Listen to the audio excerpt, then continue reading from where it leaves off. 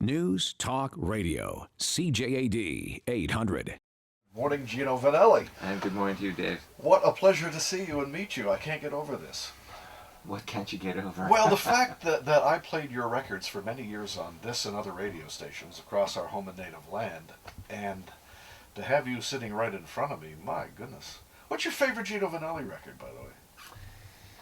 Well, Do you have they a all favorite? they all have their moments that I love, and all of them have a few moments that I regret that I could have done something better.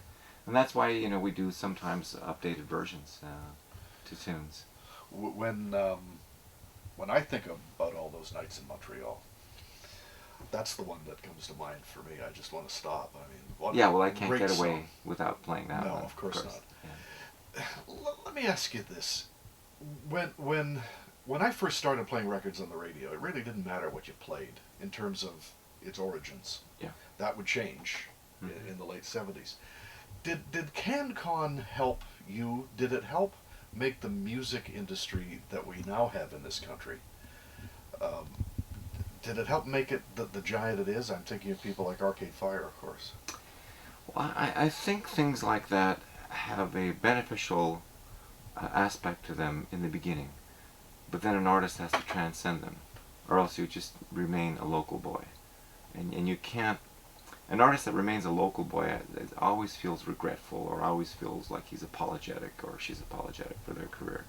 So while in the beginning it is very helpful, you have to have your sights set on the world, because the world is where the music is being made, and you need to compete on a global level.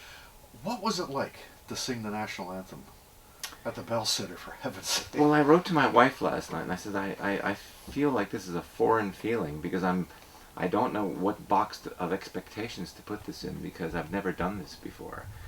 When I did the sound check, I mean, it's a big place, Yeah. the Bell Center. I remember playing the Montreal Forum a while back, and this place is it's a third bigger, I think. And then just seeing the players lined up and walking out on that carpet, I've never done it before. So I said, well, here goes. Where's home nowadays for you? In the mountains of Oregon. Really? Yes. What made you choose the mountains of Oregon? The mountains of Oregon. Yeah, they're that beautiful? Well, that, and my wife is from the mountains of Oregon. Well, that'll do it. Yes. How does Montreal look to you when you come back? It's still a beautiful city. Yeah? I love being here. My mom still lives here. And there's always this kind of extra excitement, to come back to Montreal.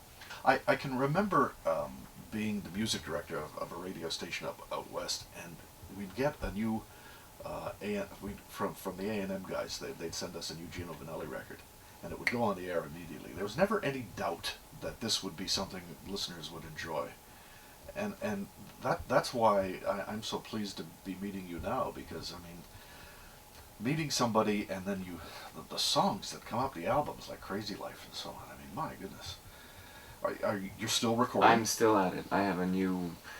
I've become intrigued with the sound of Americana and bluegrass mixed with classical and a little bit of, I guess, pop and jazz and storytelling, and that's where I'm going with the next record. And one never knows how well, in terms of numbers, records will be received these days, because the record business has changed so much.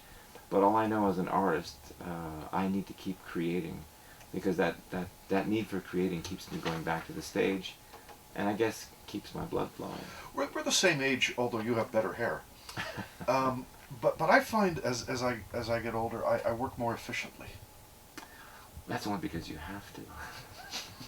Yes, I do. Welcome home. It's good to be home. It's great to meet you. Thank you very much. Thanks, Dave. Gino Vannelli is at the Rialto Theater. Yes, they have